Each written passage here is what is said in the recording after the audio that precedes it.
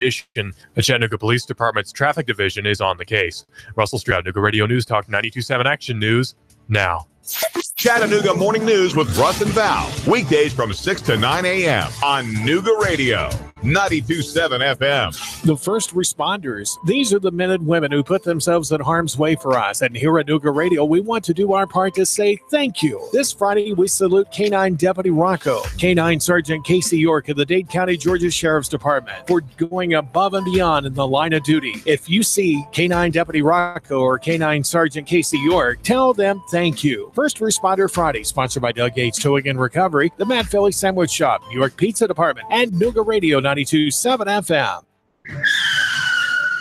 Have a car wreck in Tennessee? Why hire an Alabama billboard lawyer for your car wreck? You'll never, ever meet that guy. Warren and Griffin work here, live here. You get to know them. You have a car wreck? Call Warren and Griffin. 265-4878, 265-4878. And let me tell you, they've got a killer thing going on right now, the Hands-Free Tennessee petition to save lives and make our roads safer. Put down your cell phones and just drive.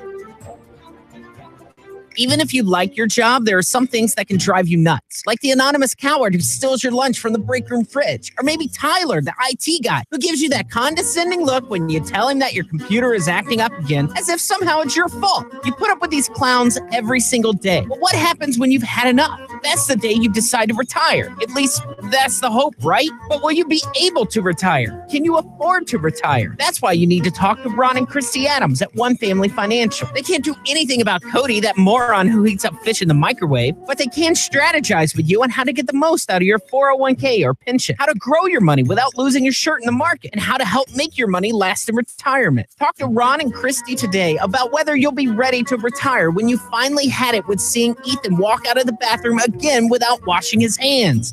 Gross. Call Ron and Christy Adams at One Family Financial, 423-710-2009, 423-710-2009. Nooga Radio 92.7 Sports Now, brought to you by Apollo Hair Systems. New University of Tennessee Chattanooga head football coach Rusty Wright announced his first members of his new staff. The Mocks are adding 4 coaches to the program, with the initial announcement leading the way is former Mock and 3-time Southern Conference Offensive Player of the Year Jacob Huseman. A record-setting quarterback at UTC returns to Chattanooga as the tight ends coach. Also joining the program are offensive coordinator Joe Pizzo, defensive line coach Kenny Baker, and special teams and defensive assistant coach Mike Yeager. The 2 top teams in the Appalachian Athletic Conference women's basketball standings faced off when 17th ranked Bryan College out of Dayton, Tennessee played host to 23rd ranked Milligan College of Tennessee. The visiting Buffaloes were on a 2-game losing streak and were hoping to turn things around as the new year had gotten underway, but a dominating fourth quarter was all Bryan needed to top the Buffaloes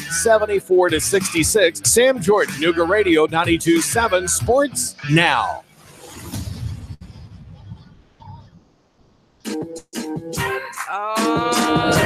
Good morning, beautiful people here in the city of Chattanooga. Marine Mott with Marine Mott Show. Y'all know what it is.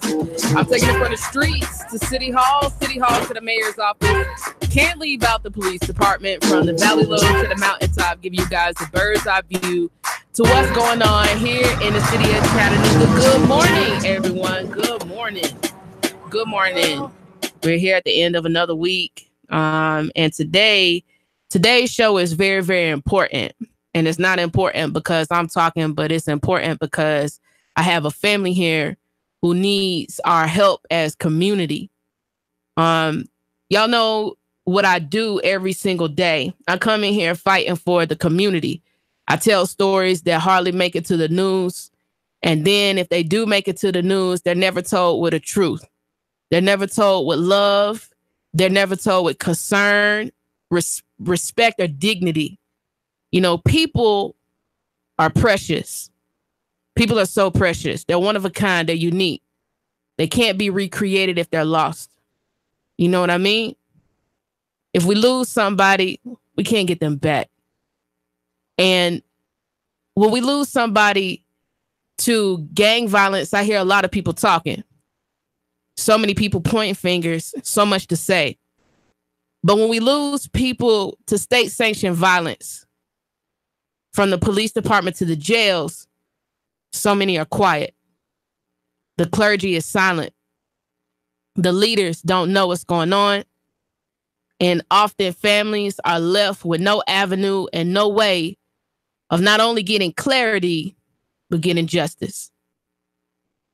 And Mr. Devontae Allison did not deserve to die in jail. He did not deserve to not see his name be cleansed and due process offered to him, which is a constitutional right in this country. No matter what crime you're accused of, and we got to understand accusation. An accusation means that somebody has levied something against you, but it doesn't mean that it's true. It is the responsibility of the state or that person levying something against you to actually prove that it's true. And often, people want to say it's not about color. I would disagree, because I don't see this loving tenderness and care towards individuals, often of color, that when we have state-sanctioned violence against us, that we are humanized. That you see the family telling the story of who this person was beyond what the media has portrayed them. You don't even see a picture, which is we say a picture is worth 1,000 words. And so if you see somebody up on a news screen or on a television or on your phone, and it says that they died in police custody, but the picture, which is worth 1,000 words, is not a family photo of them smiling with their sister, or them hugging their mama and kissing their mama, or them giving back to community, then you only got a half truth, or you got a perspective that's not even a foundational truth. And so for Mr. Allison, I wanted to do his story justice, like with Interstate Tax, like with Tiffany Howard, and so many people who filed their way through this radio station in 2018, desperately trying to get the community to understand that we have a problem here in the city of Chattanooga. And it even has spread to the county jail, where we've had 2 men in almost 2.5 weeks that have died in police custody, and nobody has been held responsible for that. And so not only is it okay for the sheriff and his deputies in the jail he's responsible for, not only is it okay for them to brutalize people in handcuffs, but you're telling me he has refused to resign and step down and offer clarity to this family with so many questions, and says that he will only do that if it's immoral. I say it's immoral that anybody dies in police custody. It's immoral. It's immoral that someone has seizures. It's immoral. It's immoral. There's no question of if it's immoral. It is immoral. And so I'm grateful that they're taking time out of their grief, because they really deserve privacy. But it wouldn't be fair if we did not give light to this situation, because we know how the media will do. If the community does not elevate these stories, they'll forget about us. They'll forget about us. They'll forget about you and your family member. And nobody deserves that. We deserve answers. This family deserves closure. And you can't get to that if you got a million questions. You can't. And so I'm grateful that they're here to tell, first of all, who Devontae was as a brother and as a son. And we'll start from there. First of all, just good morning to you beautiful women. I'm so glad that you guys are here. Good morning. Good morning. Good morning. Good morning. So before we get into the things that we somewhat know, what is the who was the real Devontae? The Devontae, like I saw in pictures, who looked like he was like a cool guy. Like, who was the Devontae that the news hasn't shown?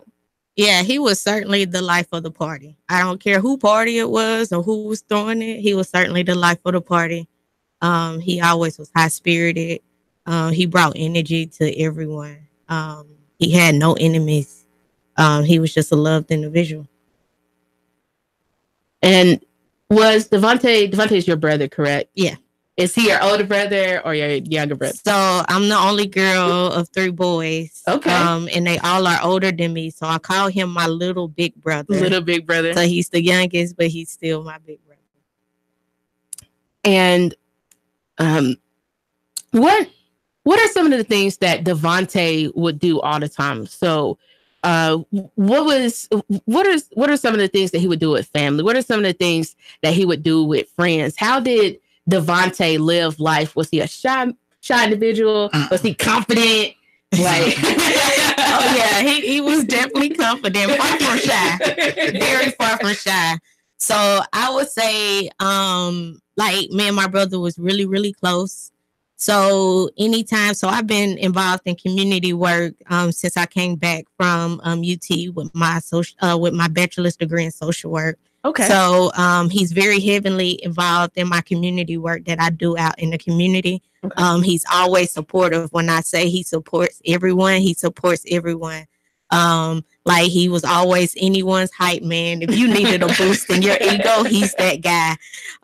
So I mean, he was always that type of person who's he would take out your trash. I mean, he was everything. He's like the security guard at my events. Like he's my janitor at my events. He's my cook at my events. Like he was that guy that had every trait. It was nothing that he was lacking in.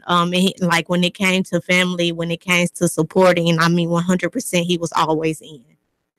When it came to supporting like his friends or his brothers, like he was always 100% participating in whatever was going on and always hands-on. He was a hands-on guy. He didn't really talk much about what he did, but you could physically see it. Yeah, right.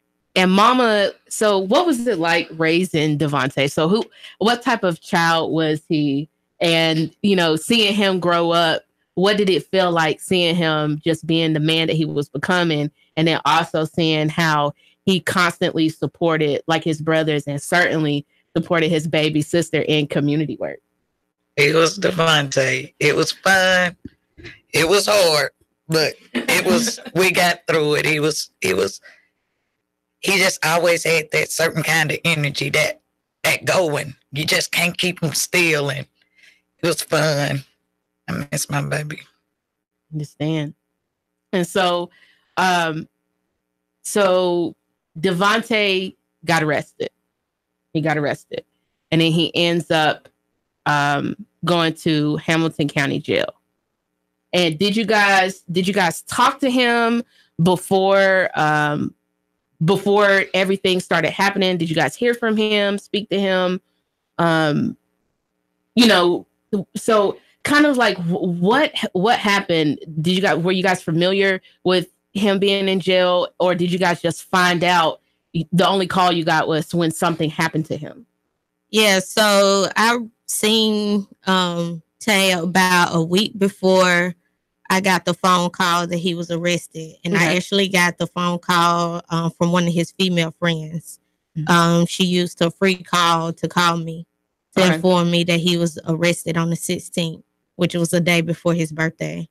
So it was 6 people who got arrested that day, and all 6 was charged with the same charges, regardless of who was at fault. From what I was told, he was not even at the home when the police arrived. He was actually pulling up at home, and they got out the car, and at that time they were arrested and charged with whatever was going on inside the home. So you saw him a week before, and then you find out from a lady friend, they give you a call, and you find out that he's in jail. And was the intention that he was going to make bail, that he was going to get out, or that he was going to see a judge? What happened after that? Did he call you guys about bail, like making bail or anything like that? So I never heard back from him. I asked the lady, his lady friend, to basically give him my number, because the week before I seen him, I actually gave him my business card. So that's more so how she called me, because she had my business card. So he never got his one phone call? He never got that one phone call. He didn't call us. And he typically always called me. This is not our first rodeo. So he always called me. I'm the one that he'll call. So that never happened. And then I heard from her the following day, the next day, she called, which was on his birthday, was the 17th. She called again and she was telling me that their court date was on the Tuesday. All of them had the same court date. So pause. Okay, because we got to put some things in context. And that's really why, you guys got to be here. You know what I mean? So he goes to jail. And we already know this, that if you go to prison, you should get a phone call. And so he never physically talks to you. I mean, to me, that's really weird. That there's always somebody calling on your behalf, and you're never allowed to reach out to your family. You never. And how did that sit with you guys? That somebody, not that it's necessarily a problem, but it is a problem that somebody else is saying, "Hey, this, and you're not woo, but you're not hearing it from your brother, right?" So, and that was my concern. I was like, and she said that she was going to find a way to try to get the business card to him so he could call. She was like, I don't know if he forgot your number or whatever. But my brother always calls me. He calls me from like multiple numbers at random times. So he knows my number all the time. Even though we are heavily dependent on cell phones, like I know my mama's phone number, right? Mm-hmm. I know the number to call to talk to my mama. The people that I talk to the most, those are going to be the folks whose numbers I have memorized. Like I could say my dad, my mom, my sister, like off the top of my head, right? Because I talk to them all the time, and they've had their number so long. Yeah, you know what I mean. So that's number one. That's a red flag for me about what's going on in the prison. If people are coming in, you are supposed to be able, if you want to make bail, you're supposed to be able to reach out to your family and say, "Hey, yeah, I'm here, but this is what's going on," right? Mm-hmm. So that doesn't happen. So that's the 16th.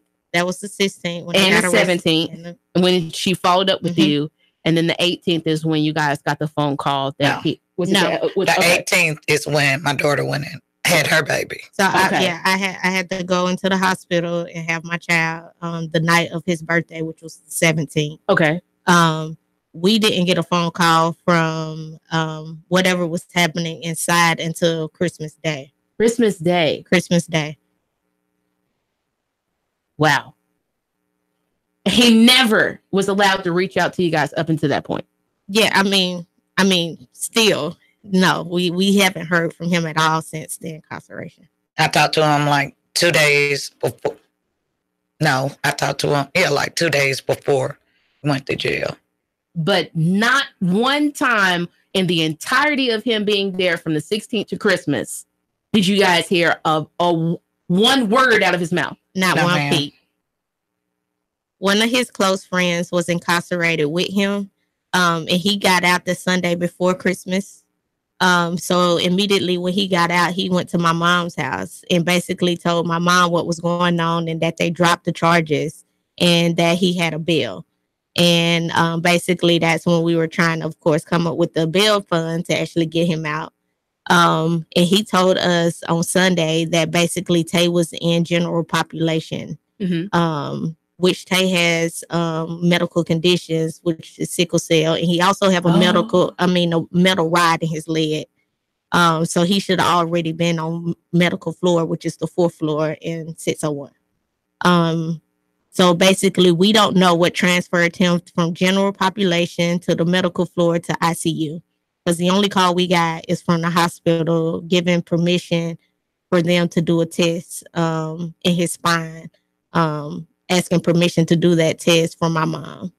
And that was like the only word we heard. That's it. And what day was that? That was on Christmas Day.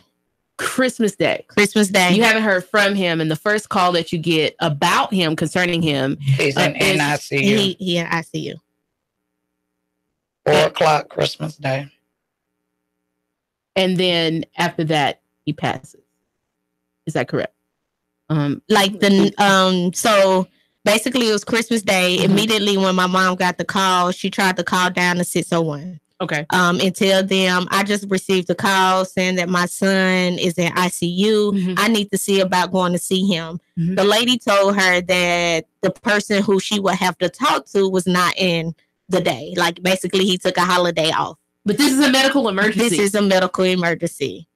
He took the holiday off and that she would have to call tomorrow.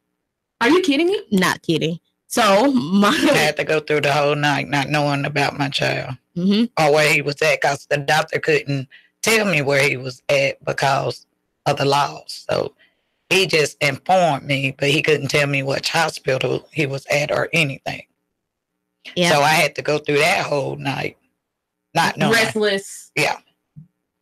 So that next day, me and my mom basically went up to county to find out who's the sergeant that was involved and who we need to talk to. So we sat up there for about an hour waiting to be called down to the sergeant's office. And at that time, that's when my mom basically was granted permission to see him. And they held her to the same restrictions as a visitation as if he was still incarcerated. Even at the hospital? Even at the hospital, in ICU, in critical condition. We got that information from the doctor. So we never got a call from the prison telling us that my brother was even transferred to Erlanger, to ICU, and that he was in critical condition. So he granted permission for my mom and my dad to go see him that day. So they went up to the hospital about 12:30. And I was just waiting on my phone call back from my mom to tell me what was going on, how he was looking, what was actually happening. So she called me back and basically told me that he was completely brain dead on both sides of his brain. There was no function. He basically could not even communicate. He didn't see them. Hopefully, we're in the faith that he actually heard them, right? But that we don't know either, because he was completely like unresponsive. Okay. So at that point, like just a few hours later, basically my mom got a call. Like a few hours after they did the visit, my mom got a call basically saying that he was brain dead and that we may need to ask the family to come up the next day to make a decision. Okay. So at that time, that following day, so on the 27th, like families started to come in from Knoxville and Nashville to see what was actually going on, because basically at this point, he was no longer responsive, and that we needed to make a decision about pulling the plug. So, I mean, it was a lot that was happening within days. So fast. Right. And then not having somebody walk you through the steps of and communicate with you what's actually happening. Right. And I believe that was the hardest part. So that day, like we had probably 50 people in the waiting room. I mean, they called security several times. Because it was like extremely a lot of us. They were letting us go in one by one to see him. And it was very, very hard for a lot of family members to see him in that condition. I mean, his body was completely swollen on both sides. So at that point, we made the decision as a family to not have him struggle or continue with that pain. Swollen on both sides, the left and the right side. And they said the nieces that we got that's in the medical field, they was touching the back of his head, and they were saying that the back of his head felt like mush. We don't know why. The Marie Mott Show today, and we're talking to the family of Mr. Devontae Allison. Stay tuned for the second half of the segment, community, because we have to rally around this family, but we also have to be intentional about talking about the issues going on, not only with police, but also with our jail system. We can't keep losing people. Please. Stay tuned for the second half of the segment.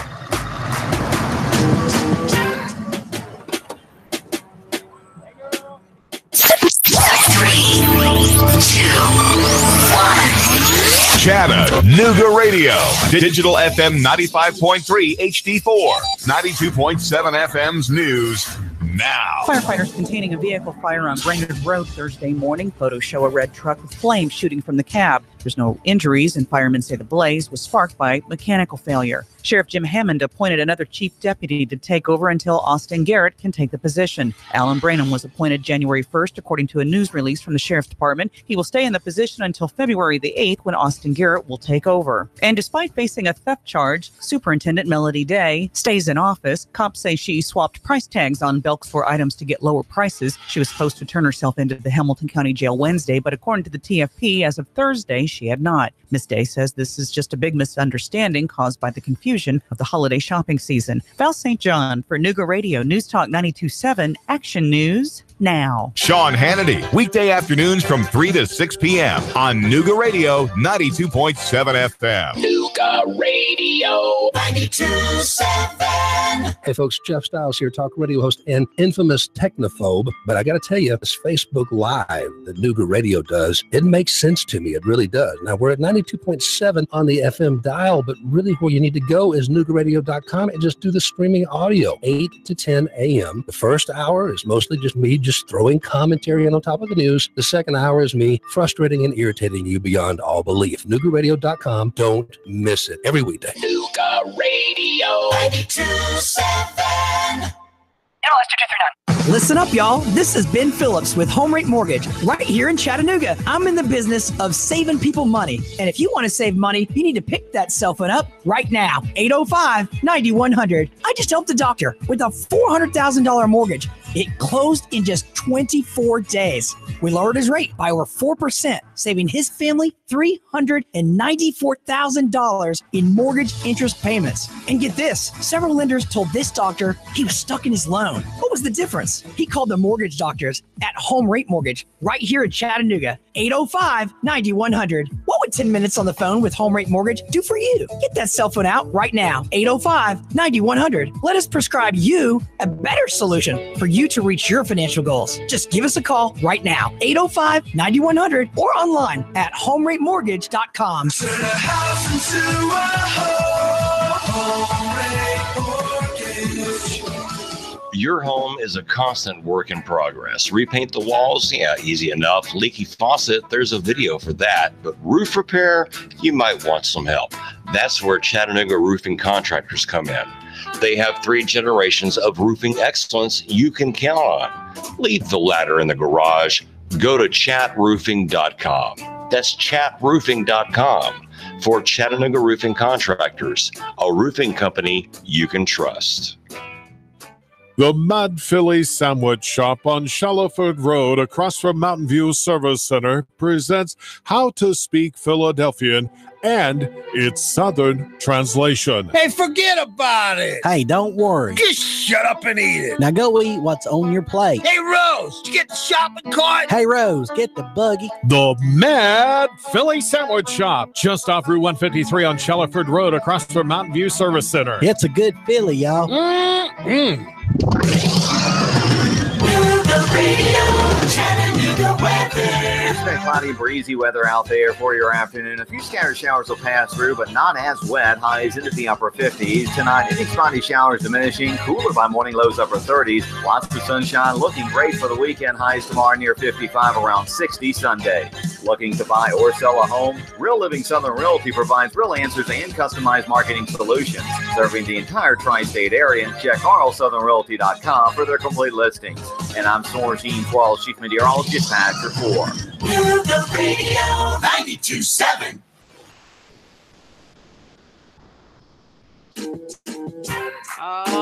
Y'all know what it is. Marie Mott with the Marie Mott Show. And today, it's so serious. It's so serious because we're talking about the life of a beautiful man. And I can't say it enough, family. Like,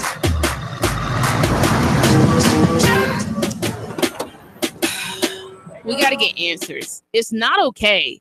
It's not okay for someone to go to jail and they don't get a phone call. It's not okay for someone with sickle cell anemia or any medical issue to not be on the medical floor. It's not okay. It's not okay for an inmate to have an emergency situation that escalates all the way to intensive care, ICU. And just because it's Christmas and the family is calling the county jail to get some clarity on what's going on, they are told that they got to call back tomorrow. What? What do you mean? So you're telling this family that you're too busy? First of all, there's only one person who can answer questions, which is absolutely absurd. Right. If I had to say so myself, but only one person can answer questions, and you're not even. I mean, just to say, "Oh, call back tomorrow." You're not saying, "Well, hold on, let me see who I need to reach out to. Let me see if there's somebody else." Like, there's nobody on call for the jail. Come on now, I don't believe that. So the family made a decision, and that's tough. Oh my God. Had to make a decision in the midst of all of this to not let Devontae suffer and remain like this. And so y'all made that decision. Right. And after that, has anybody from the jail, the county jail, or from the sheriff's office, which is responsible for the county jail, has anybody reached out to you? Not no one. Not a soul. Not once. Not one time. No text message. No text. No voicemail. No voicemail. No reaching out to anybody, any other relatives. Nope. I told you, like, I got one call after he died at 5:00 in the morning, about 2:38. Didn't leave a message. I was asleep because I done been up 2 days. I was asleep. Didn't leave a message or nothing. I just seen Hamilton County something. It just said Hamilton County. Never called back. Never. Still on my phone. Never called to say anything. We haven't heard anything. We don't know what happened in the jail, what happened around the situation. All we know is his best friend seen him Friday before he went to Silverdale. He was okay on the second floor. Next thing we know is Christmas. We getting a call he in ICU. We don't know. You don't know why. Don't know why. And so one of the things that I also want to say before we continue with this story is that the news has grossly misrepresented Mr. Devontae by saying that he had seizures, which his family is saying is not true. He had sickle cell anemia. And for anybody who has known either family or someone who has sickle cell, it is a painful, debilitating disease, which constantly requires you to be monitored. And I know this because I have family with sickle cell. It's not a disease where you could just walk through life and you're perfectly fine. Like, I'm not understanding seeing how I've had relatives who are free people, like they're where they'll wake up one day and they got to be hospitalized because of a situation that they're going through with their sickle cell. So why he was not on the medical floor is absolutely perplexing. Why he did not get to make a phone call to his family is perplexing. Why nobody reached out to this family before, in the middle, or after is absolutely perplexing. And well, not really perplexing. To have someone at the jail tell them that they need to call back if your relative is in ICU. Can you imagine if your relative was in the ICU and you call Erlanger Hospital and say, hey, I just needed to find out some information. Oh, you need to call back tomorrow. What? I mean, if you're in ICU, that means you're really, really sick. And time is of the essence. You never know what's going to transpire with a person. How bad things, if it's going to go from bad to worse, medical decisions that have to be made. And mama knows everything. I mean, mothers know their children. And so really one of the things that needs to happen is you need somebody who knows this person that can give medical history, say what they take, if they take any medicine. So it's like all of these gaps that I just don't understand. And so even now, so nobody called you ladies. Nobody's talked to the family. And have you ladies called the jail and the sheriff's office trying to get answers to your questions? Yeah. So immediately after Christmas Day, me and my mom went down to county. We were like, forget a phone call. If you're gonna deny us, that's gonna be in person. Okay. So we waited at county for about an hour before we were permitted to go see Sergeant Minton. So this is the guy who they said could basically give us an answer, and then only him. So we went down to his office, and not one time while he's in communication with my mom did he basically tell us what happened within a prison that transferred him from the prison to ICU. Nothing. Basically, the entire conversation between him and my mom was visitation, and the fact that visitation rights was the same as if he was incarcerated in county. So basically, they only gave my mom and my dad 30 minutes each to see him while in ICU.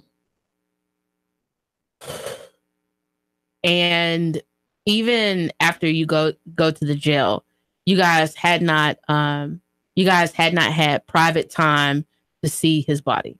No, not at all.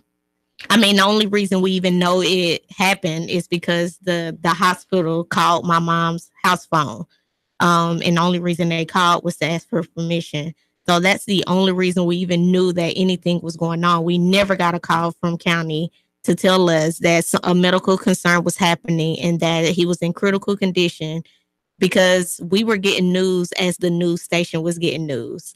So they actually said that he had quote unquote seizures the day before Christmas, which was a lie. A lie. Right. If he did, he's never had them in my lifetime of having him. And that's 30 years. He's never had a seizure. So that was completely like an eye-opening for us. Like, so this happened on Christmas Eve and we still didn't get a call. So pause.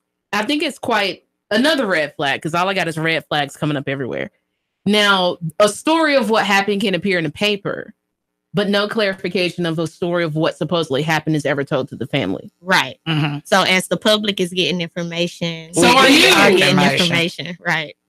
Wow. And so y'all never saw his body, period, at all. I seen him when he died at 5 o'clock. I haven't seen him since. Where's the family at right now, as far as the body is at the funeral home? Is that correct? Just got to the funeral home yesterday evening. Yesterday. And today is the 4th. So my mom never got a call from anyone. So we just went down to the coroner's office yesterday. Yourself? Ourselves, just because. Well, Pastor Adams, he found out. Yeah, and Muhammad. They both was working with me. So Pastor Adams started calling around and called me and told me where my son was at, because we didn't even know where he was at. Pause. Sorry, I have to keep doing this. But so the only reason that you even knew where the body was is from people in the community calling around, pressuring people to get questions, to get answers to questions. The only way. And that was Tuesday. New Year's.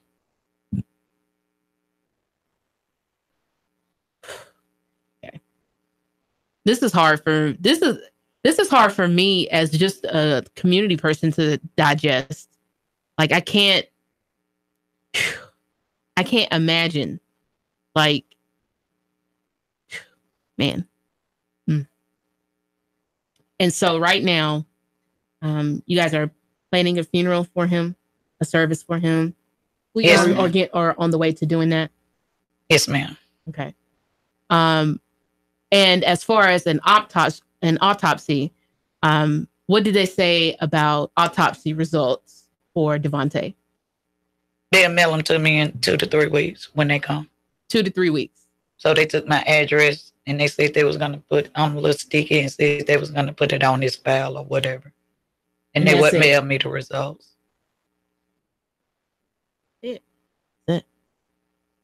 So what can the community do, or what do you want from the community? Because we have a responsibility. Number one, we're taxpayers. So whether we like it or not, our tax dollars go to the maintenance of our jail and should go to the competency of our jail staff on how they not only treat prisoners, but prisoners are not just orphans. They have family, right? So in the event of emergency situations, how are we working with family? And I think it's absolutely ridiculous that people in the community have to make 1,000 phone calls to even try to figure out where a body is. How is it that nobody contacts you and says, ma'am, this is where we have your son, and you guys haven't even gotten like his personal belongings either, correct? No, ma'am. No. So you don't have his clothes or his cell phone, or that requires a call from county, which has yet happened. Wow. So this family does not even have his personal belongings. Do you guys see the problem? I mean, so when the sheriff gets on television and the NAACP, which is a historic African-American organization, which should be fighting against actions like this. Has Dr. Woods reached out to you or the NAACP organization? No, ma'am. Nope.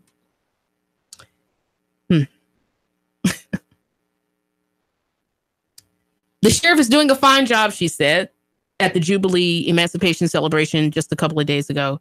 He's doing a fine job, and he stated that he would only resign if immoral things are happening. Well, sir, it's time you hand over that badge. Because if people are dying in jail and in custody, that's immoral. If you're not giving families answers, that's really immoral. If a person is having a medical emergency and they can't even get to their family member, that's immoral. What do you guys need from the community? What do you want the community, as far as how can we stand with you, behind you, or in front of you to get answers? Or what answers are you guys, additional answers are you guys looking for your brother and for your son? The truth. That's all. What happened before? What happened during the process? We want to see incident We want to reports. see the video. We want all that. We want, because they have to record everything in there. And they said they check every hour. So if you check an hour before and you found him at 3:00 laid out on the floor, what was he doing before that hour before? Was he complaining that he was sick? Was anything happened before that hour if you checking every hour and shift changing? And that's when y'all find my son laid out on the floor. And mind you, he was laid on his back and not like they said seizure, quote, quote. A seizure don't make you fall out on your back, quote, quote. That's what they say. But something happened. So the family wants the video, the logs, because one of the things that I saw when I looked at the Sandra Bland case, the documentary that came forward a couple of weeks ago, was that people were stating that they were going in and checking on Sandra and supposedly wrote times down, and she was already pronounced deceased. So the family needs so many answers. And from my mouth to your ears, dear listener, what that means is we're going to have to turn it up on the sheriff. The sheriff is responsible for all of this, folks. He's responsible for the people who arrest. He's responsible for the deputies in the jail, right? He's responsible for the jail. We need to be pressuring our county commissioners. So Warren Mackey, Kathleen Jeter, Sharp, all of these cats. Our county mayor, Jim Coppinger.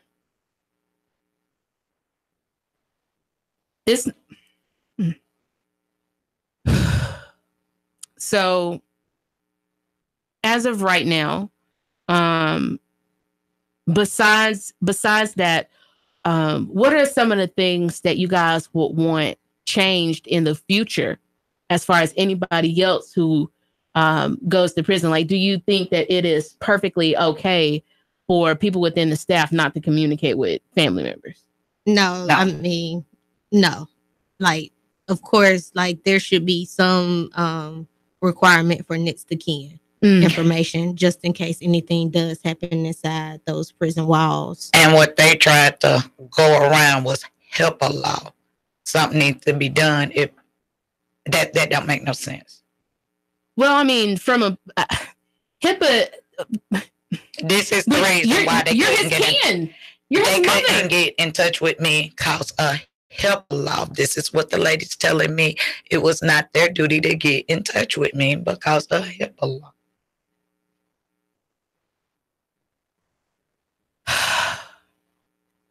This is Marie Mott with the Marie Mott Show. Devontae Allison died an innocent man. Stop asking what he was charged with. It doesn't matter. It doesn't matter. Good morning. Good morning. Talk to us. Good morning. I'm sorry. I have the wrong number. Well, then why'd you call? It doesn't matter. Like, I don't know who asked that question. What was he arrested for? Does his arrest have anything to do with how the medical staff and the people within the prison treated him and his family? No. And again, you are innocent until what? Proven guilty, meaning that you are guaranteed due process, meaning that you have a right to fight for your name. To fight for your name. People can accuse you of 1,000 things, right? It doesn't matter. Now, why do we always do this? Why do we do this? It doesn't matter. He's a human being who had his life stripped of him and his family now having, and this is why we as community can't be silent around these issues, because the only way that a family really begins to get justice is they have to take time out from grieving to get in front of video cameras and to come on radio shows, because people in the media are, first of all, spreading lies. They haven't even, has anybody in the media even talked to you guys? No. Well, especially not Channel 9. Chattanooga Times Free Press reached out to me. Okay. Via Facebook. So that is the correct article that was actually put in a newspaper. You will see quotes and me communicating with her about what actually happened. That's the only person who has reached out and offered, of course, and asked for a different picture than his mugshot.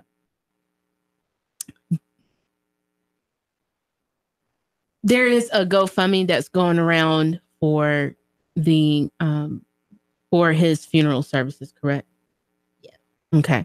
And so for you, the listener, the Nooga Radio 92.7 FM is family is going to post the GoFundMe so we can lay Mr. Devontae to rest with dignity and pride for his name. And I'm asking that even if it's just 5 or 10, or if you want to give more, please give. This family, I imagine, never dreamed of their brother or their son going into jail where other people are responsible for his care and that he would not make it back home. So please, I'm asking, give and give deeply. And we as community members, it's our responsibility to pressure each and every one of our county commissioners, to pressure the county mayor, as well as the sheriff, that he owes this family answers. It's not a question of if, he owes this family answers. And any piece of evidence, they deserve it. They deserve his clothes and his belongings. They deserve it. And they deserve closure, if it's even possible, closure for what happened to him. And they're not asking for anything difficult or impossible. They're asking for what they're due. And so I just want to say thank you to you ladies for having the fortitude and the courage to come and stand in front of a camera and a microphone. And first of all, just telling that Devontae was a beautiful man. Thank you for having us. Thank you for reaching out to us. We really appreciate it. You're welcome. Y'all know what it is. It's Marie Mott with the Marie Mott Show. If no one has taken the time today to tell you that they love you, I love you. And it's absolutely nothing you can do about it. Please give to this family and fight for justice, folks. We are all we have. 3, 2, 1. Chattanooga Radio. Digital FM 95.3 HD4. 92.7 FM's news now. Cops say they caught a man trying to break into a car at an apartment complex just a few blocks away from the downtown precinct. When they tried to take him into custody, he pulled out a pepper spray bottle and spritzed one of the officers in the face. Cops say they tackled him and tased him. He was identified as Justin Connor. He was hauled off to jail. He has an extensive criminal record going back to 2005. Firefighters